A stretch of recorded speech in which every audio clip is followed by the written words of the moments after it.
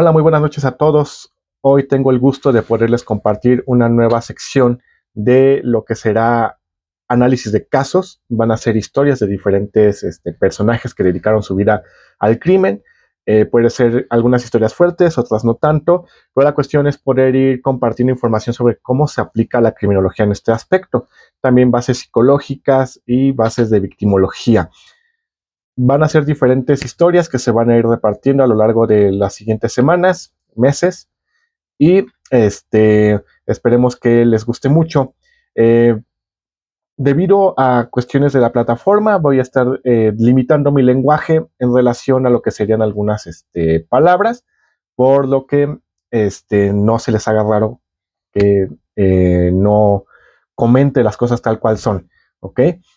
Entonces, el primer personaje que vamos a tocar, o los primeros que vamos a tocar, normalmente van a ser de aquí del país de México, con la finalidad de que podamos ir entendiendo cómo funcionaba su psique, su forma de comportarse, la manera en la cual desempeñaban todas sus funciones. Por lo que vamos a empezar con este personaje. Fue el primer personaje mediático en la historia de México relacionado con una vida violenta, con crímenes seriales, y para ello es que vamos a comenzar con esta historia. Bien, dentro de la historia de México se encuentran diferentes personajes que dedicaron su vida al crimen. A la fecha, son incontables los casos criminales que entran a prisiones o que en estos momentos están cometiendo algún acto ilícito. Episodios más adelante podremos comentar sobre ellos y estaremos al tanto de sus comentarios para que podamos hacer crecer esta comunidad. Lo que compete en este capítulo es el caso de un personaje que es considerado el primer asesino serial mexicano, y estoy hablando de Francisco Guerrero Pérez. Para los que no lo conocen normalmente con este nombre, es conocido como el Chalequero. El Chalequero fue el primer personaje que se dedicó a su vida criminal de a muy temprana edad, con la finalidad de poder desempeñar una serie de crímenes en contra de mujeres, quitando su existencia normalmente a lo que serían 21 víctimas. Bien, Francisco Guerrero no solo fue conocido por ello, sino que fue el primer eh, personaje de este estilo mediático en la historia de México, como ya habíamos comentado. Pero antes de llegar a sus temibles actos, es necesario ver cuáles fueron los factores que lo llevaron hacia ese camino. Es decir, necesitamos comprender qué fue lo que lo llevó a lo largo de su vida, cuáles fueron sus experiencias. No hay mucha información, o tal vez hubiera podido encontrar un poco más, pero me llama la atención algunos factores que son de alta importancia para lo que es esta sección. En primer caso, Francisco nació en la zona del Bajío, fue el 11º hijo, el 11º hijo de familia de bajos recursos en el año de 1840, teniendo como madre a una mujer que lo golpeaba de forma constante y también era muy aprensiva esta figura. El padre está completamente fuera del mapa de Francisco, por lo que tuvo un padre ausente, una mamá que lo golpeaba de forma constante, y esto provocó en Francisco que hubiera un problema de misoginia, que se fue desarrollando con el tiempo. No es algo que surja de la noche a la mañana, se necesita tener mucho cuidado con estos aspectos, porque pensamos que por un acto que se genera, la persona va a desembocar a toda una vida de violencia. No es así. Se necesita un conjunto de actos, un conjunto de experiencias que van aumentando la ira de una persona, y esto provoca que bueno, no el delincuente, la víctima en su momento de este tipo de actos se convierta después en victimario. Bien, entonces, madre golpeadora, padre ausente, y su desarrollo en la infancia fue marcado por dos importantes elementos: la falta de oportunidades, que obviamente se daba por los bajos recursos que había en la época, y bueno, la violencia constante, ¿no? Que se vivía en casa. Dicha violencia generada por su propia madre lo llevó a tener un claro rechazo a las mujeres, por lo que su misoginia creció y explotó en su adultez, dato que veremos claro más adelante. Tengamos en cuenta, son años en los que se lleva a cabo un problema de este tipo. No es solamente una cuestión de, como comentaba, un evento y ya, sino que son varios que se van sumando y se necesita ver otras condiciones en las cuales la persona va a generar esa misoginia. Por otro lado, con el tiempo, a la edad de 22 años, Francisco emigra a la Ciudad de México, llegando en el año de 1862. Buscando nuevas oportunidades de empleo, se topa con la profesión de zapatero, la cual le serviría para llevar sus gastos personales. Pero en la ecuación entra María, una mujer que conoce, con la cual se casó y procreó a 4 hijos. Aunque no se quedó ahí solamente. Aquí es donde comienza la cuestión de ir en escalada. Cada criminal tiene una forma de ir en escalada en sus acciones, en sus actitudes, sus conductas, y esto provoca que la persona cada vez necesite más y más y más. Es como una especie de dependencia a, en este caso, la dependencia es al poder que tiene eh, Francisco sobre sus mujeres o sobre la mujer en general, ya que tuvo varias amantes y otros hijos no reconocidos por parte de Francisco. Dichas amantes le ayudarían a llevar su vida económica de una manera más estable. ¿A qué me refiero con esto? Francisco se consideraba una persona eh, muy abierta, una persona que encantaba mucho, y es ahí donde sus recursos psicosociales lo llevaron a poder manipular a la gente, principalmente a las mujeres, que las comenzó a tratar como un objeto. Cuando las trata como un objeto, pues comienza a sacar provecho de ellas y de ahí sale su forma de vida más holgada, por así decirlo, ya que las buscaba explotar de alguna manera.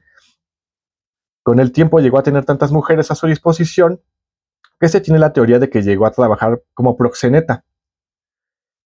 Esto nos puede indicar dos posibles escenarios. El primero, en primera instancia, Francisco tenía una personalidad que llegaba a ser, como comentaba, muy encantadora hasta cierto punto, pero con la finalidad de usar a las mujeres como un objeto para ocuparlas a su beneficio. Y en segunda categoría, podemos ponerlo, que él era un hombre muy prepotente que buscaba dominar a las mujeres para explotarlas. Puede haber una combinación de estos dos escenarios, ya que a final de cuentas no conocíamos el contexto completo de Francisco. Por un lado, sí, la violencia, y por otro lado, el poder sobre la persona, ¿no? Eh, la cuestión es que había un elemento de buscar tener más económicamente, vivir de una manera más holgada, tener siempre nuevas formas de jactarse de ser una persona que tenía bienes, riqueza. Ahora, en ambos casos es la misma función, a final de cuentas, porque su misoginia lo llevó a la manipulación del sexo que en algún momento tuvo dominio sobre él cuando era niño. Entonces, lo que tenemos aquí es una especie de venganza, si lo queremos ver así. Ya que se cambiaron los papeles, él tuvo la oportunidad de eh, ejercer una violencia diferente sobre las mujeres. No dudo que haya ejercido alguna violencia física, pero también ejerció una violencia psicológica, una violencia económica inclusive, y también una de carácter íntimo, sexual. Francisco residía en la colonia Peralvillo, donde se le conocía por los crímenes que estaba cometiendo, más en razón por el hecho de que presumía lo que hacía de forma abierta. Las casos de violencia doméstica, casos de ¿cómo decirlo? Presumir cómo prostituía a las mujeres con las que estaba, y también el hecho de que se sentía con ese poder, se sentía más alzado y el ego le ganaba mucho. Entonces tenemos a una persona que tal vez su narcisismo también lo llevó a ese punto. Bien, entonces este, um, la carrera delincuencial que estaba llevando Francisco lo llevó a tener un secreto a voces, ¿no? A final del día, las personas que lo conocían no lo terminaban de denunciar porque tenían miedo a represalias los vecinos, o gran parte de las personas que sabían de esto eran mujeres y no querían que hubiera mayores problemas, ¿no? Algo que no sorprende en este caso es que debido a la época, él era muy devoto a su religión, principalmente a la Virgen de Guadalupe, donde destacaba y comentaba que en su infancia llegó a ser sacristán. Aquí hablamos mucho de una cuestión cultural. El hecho de respetar, de tener una idiosincrasia, era muy común en la época, todavía lo sigue siendo, pero antes era mucho más marcado que en épocas más modernas. Pero la cuestión es que se puede hablar de esta doble moral, ¿no? Donde tenemos que guardar la compostura en cuestiones religiosas, por un lado, y por otro lado tenemos este ser que se encarga de ejercer la violencia sobre mujeres. Eh, Sucede con muchas clases de personas que cometen crímenes, lo sabemos muy bien, hay personas que se dedican a robar o a asaltar y terminan yendo a pedir porque tengan un buen día en la iglesia y cosas así, y esto provoca un problema social, ¿no? Porque están pidiendo porque tengan algo, algo bueno, y al final del día es para delinquir. Y van a agradecerle a la Virgen o a quien sea que tengan una afinidad idiosincrática con ese ser, ¿no? O ese ente. De entre los factores que estamos visualizando en estos momentos, es que Francisco fue desarrollando en su vida una personalidad que tiene rasgos de personalidad antisocial, junto con lo que es el narcisismo que estábamos tocando hace un momento.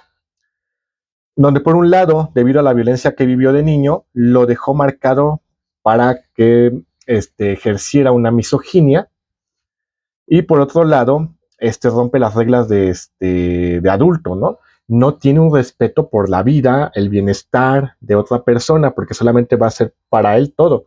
Y cuando es para él, significa que no tiene que rendir cuentas a nadie. Solamente va, hace lo que mejor sabe dentro de su capacidad comprensiva y dentro de su percepción, y comete los delitos que se le atribuyen, ¿no? Mientras que por otro lado tenemos el hecho de que quiere ser visto por por sus hazañas, aunque éstas le puedan costar su libertad. No le importa porque al final del día el ego que se va elevando, el narcisismo que va teniendo, lo va llevando a que cada vez vaya escalando más. Y si cada vez que escala más no puede presumirlo, significa que no está siendo visible, no está siendo un acto importante o valiente dentro de su percepción. Recordemos, cuando estamos analizando a una personalidad de este tipo, y las que vengan, hay que tener en cuenta que no siempre vamos a concordar con la lógica que tenemos dentro de la lógica del otro sujeto. Para ello es que debemos de tener la mente abierta y poder captar cómo es que dentro de su percepción como ser humano va a tener este tipo de actividades, va a tener este tipo de raciocinio. ¿Ok? Este, Bien, lo que resulta en una persona que no tiene empatía por la gente. Eso pasa mucho con el antisocial, también pasa con personalidades psicopáticas. Tampoco respeto por las normas sociales. Es normal, es parte de ser antisocial. Recuerden, no todas las conductas antisociales son imputables, son llevadas por la ley. Y también tengamos en cuenta que la época no ayudaba mucho a la mujer, como ha pasado ahora, en donde ya se han abierto demasiadas puertas, ¿no? Y eso está perfecto porque al final del día estamos concentrando la atención en diferentes focos que no se habían marcado anteriormente. Bien, eh, entonces, la falta de atención por las normas sociales, el tipo de personalidad conlleva ser descuidado en su metodología de ejecución de los delitos que comete. ¿Por qué llega a ser descuidado? Porque al final de cuentas, si lo que busca es ser visto, ser respetado o inclusive generar miedo sobre otras personas, en este caso mujeres en específico, se necesita ir eh, escalando de tal forma que podamos o que él pueda generar ese tipo de ¿cómo llamarlo? Como ambiente. Él quiere ser el protagonista de ese ambiente. La falta de empatía provoca que piense en él mismo como un único actor en su medio, lo que indica que no debe tener compañeros que lo ayuden a llevar a cabo sus crímenes, ya que por lo mismo de que necesita este protagonismo, no va a tener alguien con quien deba de generar eh, complicidad que se va creciendo, a menos que sea una persona muy manipulable y que llegue a hacer cosas por este sujeto, pero no es como tal su perfil. Bien, entonces, este, aparte, no consideraría a otra persona como un igual, mucho menos a una mujer. ¿Por qué? Porque ve a las mujeres como herramientas, como objetos este, de algo que se puede usar, no como otra persona, otro ser humano.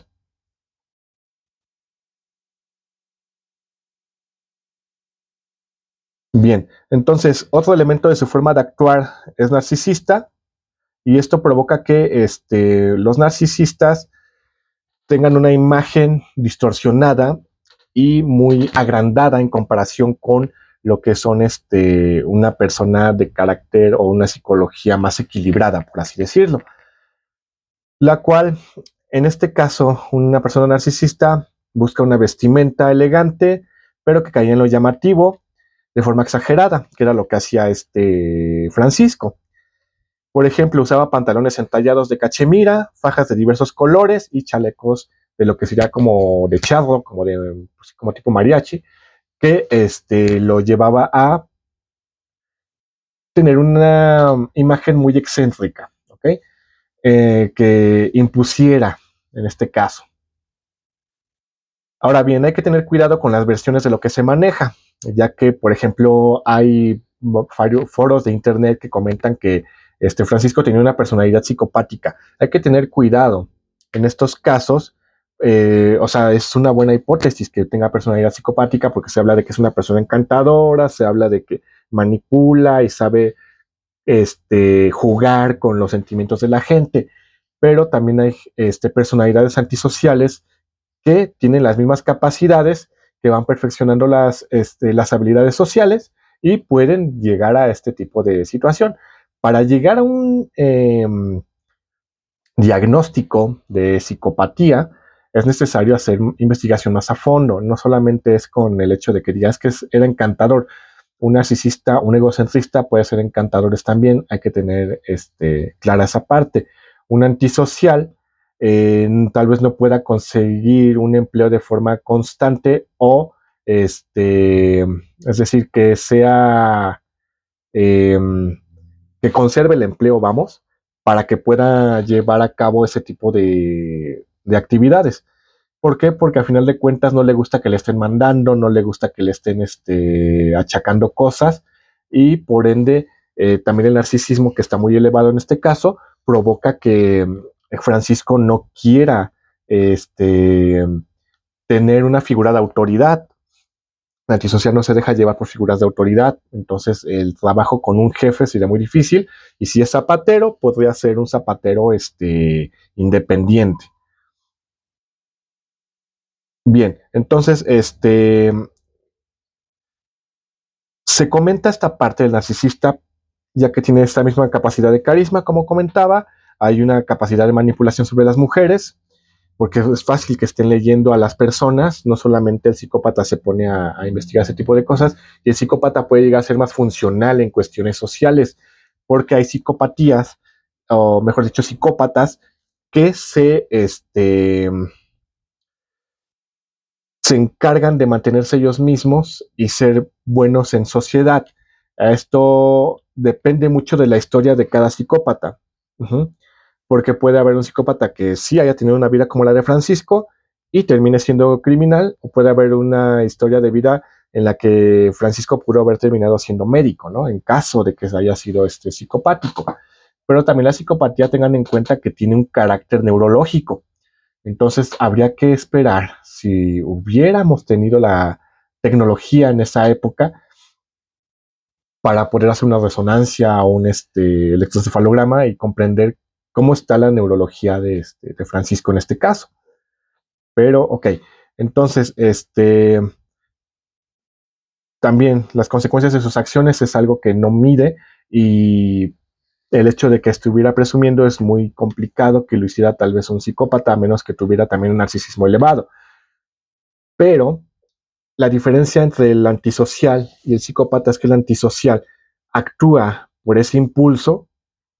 También tiene una firma, claro está, pero es más desordenado. Y el psicópata puede ser más ordenado. Depende de cómo lo vayan, de su historia de vida a final de cuentas. Bien, a su mediana edad fue que comenzó con los crímenes más fuertes, donde se comenta que llegó a desvivir a 21 mujeres. La mayoría de ellas se dedicaban a este, trabajos sexuales, a las cuales se les llegó a ver que tenían cortado la zona del cuello. Hubo un momento en los que se encontró que usaba un cuchillo curtidor. En algunos casos llegaba a usar tanta fuerza Francisco, que en sus crímenes se terminaba desprendiendo la cabeza del cuerpo. Eh, en algunas de sus víctimas también se encontraban mutilaciones en el área genital. Estas mutilaciones se eh, relacionan con una cuestión también de que tal vez se sentía, eh, vamos a sonar muy psicoanalistas en este caso, algo que no es mi campo, pero tal vez es una hipótesis, no es el todo. Solamente son hipótesis. Tal vez Francisco llegaba a sentirse castrado psicológicamente por su madre, y la forma en la cual llegó a em, como equilibrar las cosas dentro de su mente era por medio de estas mutilaciones, ¿no? Bien, cuando terminaba de realizar sus crímenes se dirigía al río Consulado con con los restos de sus víctimas para desecharlo. Tengan en cuenta que en esa época, en la Ciudad de México, todavía no estaba tapado el río Consulado, ahora es una avenida muy importante. Ahora, Francisco fue conocido como el chalequero porque hay dos hipótesis. Eh, la primera es que siempre usaba la indumentaria del chaleco, y la segunda era que hablaba de tener relaciones íntimas a chaleco, es decir, de forma forzosa, forzada. Aunque otras personas comentaban que era porque tenía las relaciones íntimas con el chaleco puesto. No se puede descartar cualquiera de las dos, pudo haber sido alguna de esas, pero recuerden, por la época se quedaba mucho más en cuestiones de una historia, una leyenda, no tanto como se relata ahora, ¿no? Una noticia a nivel nacional de este tipo de casos, donde tienes santo y seña, ¿no? Pero, ok, entonces se tiene más información en la escalada de actos que cometió Francisco en cuestión de abuso de mujeres de carácter sexual, la violencia que fue creciendo hasta el punto de terminar con la existencia de 21 mujeres y la forma en la cual terminaba mutilando órganos íntimos de dichas víctimas. Poco a poco su nivel de violencia fue creciendo de tal forma que buscaba quitarle la identidad a las mujeres para verlas como un simple objeto sexual. Pero también hay que preguntarnos cómo pudo haber sido dentro de su psicología esto una venganza hacia su mamá, que fue alguien de quien no pudo ponerle mano encima, por así decirlo, y eh, llevó su violencia, todo su rencor hacia estas víctimas. En un término directo, podría decirse que sí consiguió esa especie de venganza.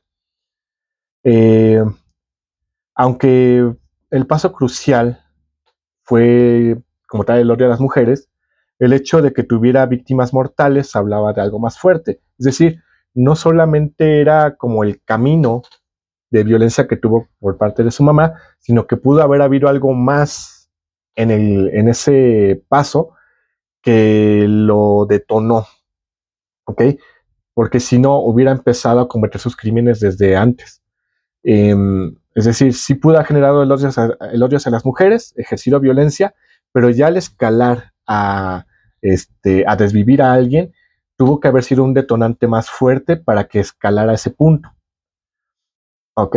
O tal vez el cúmulo de todo lo que fue haciendo, de toda la violencia que fue ejerciendo hacia sus parejas o mujeres que fue conociendo, lo llevó a querer experimentar algo más, lo cual desencadenó en esta parte.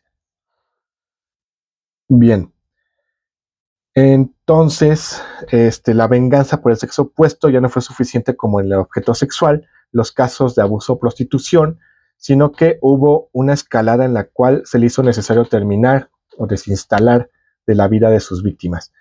Siempre hay algo que lleva al sujeto a cometer esos crímenes, pero no basta con el hecho de una escalada, tuvo que haber existido un detonante, como comentaba, y para ese tipo de cuestiones hay que, si se hubiera tenido la oportunidad de platicar con él, pues hubiera sido interesante conocer su percepción. Eh, por lo que su interacción con la realidad tuvo que irse modificando. Cada delincuente tiene una forma diferente de ver la realidad y por eso su victimología es muy específica. Su narcisismo lo llevaba a buscar nuevas fronteras, para explorar de su persona con la finalidad de hacerse notar más, aunado a la falta de interés por las consecuencias, cada vez tuvo mayor confianza, sentimiento de poder sobre la víctima e inclusive pudo haber existido también una satisfacción de carácter sexual. Al chalequero lo empezaron a comparar con Jack el Destripador, principalmente por la victimología que llevaban ambos. Pero aquí hay una diferencia, las personas que conocían a Francisco ya sabían de sus crímenes, mientras que el señor Jack, bueno, el delincuente, el criminal, nadie lo conocía. Era una persona muy inteligente que sabía esconderse y supo ser camaleónico en las escenas que fue dejando, a pesar de que era la misma firma, ¿no? Pero nunca pudieron dar con la persona, al menos en el tiempo en que desarrolló los crímenes. Bien, entonces no había como tal un misterio con Francisco, sino más bien encontrar a alguien con el valor de denunciar a este sujeto. Fueron 7 años en los que estuvo realizando estos crímenes, estos actos, y las autoridades pudieron detenerlo en su momento y Francisco se excusó diciendo que él quería limpiar a la sociedad de las mujeres pecadoras.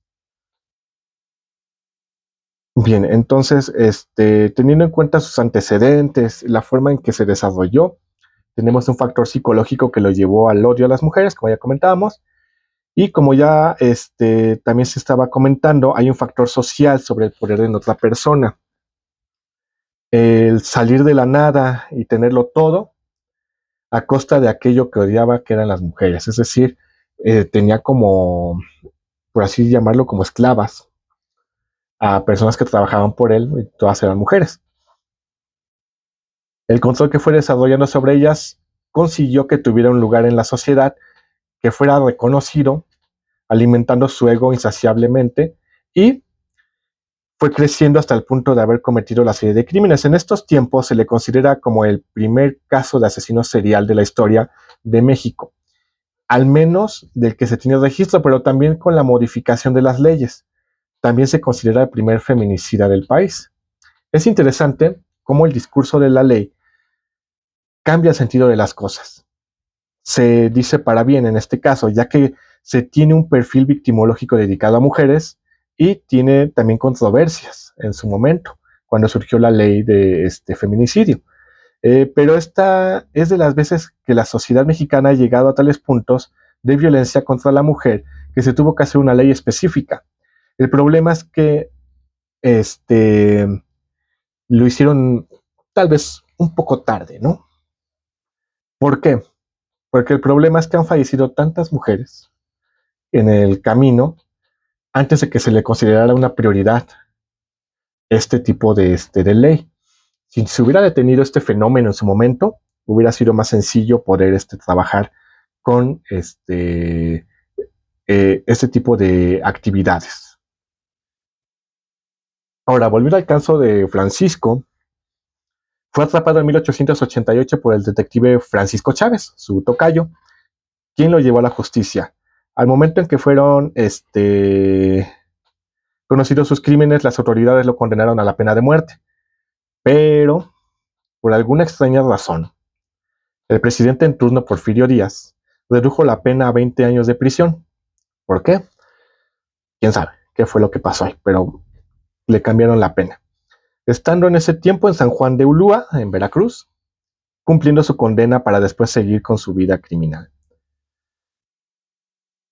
A pesar de la experiencia que tuvo en prisión y de tratar de llevar una vida alejada del crimen, Francisco acabó con la vida de otra mujer, que era de la tercera edad, frente a diversos testigos, poniendo sus manos sobre su cuello, por lo que fue devuelto a la prisión. En este caso fue a Lecumberri. Eh, Tengamos en cuenta que no tuvo mucho tiempo libre después de haber cometido este crimen.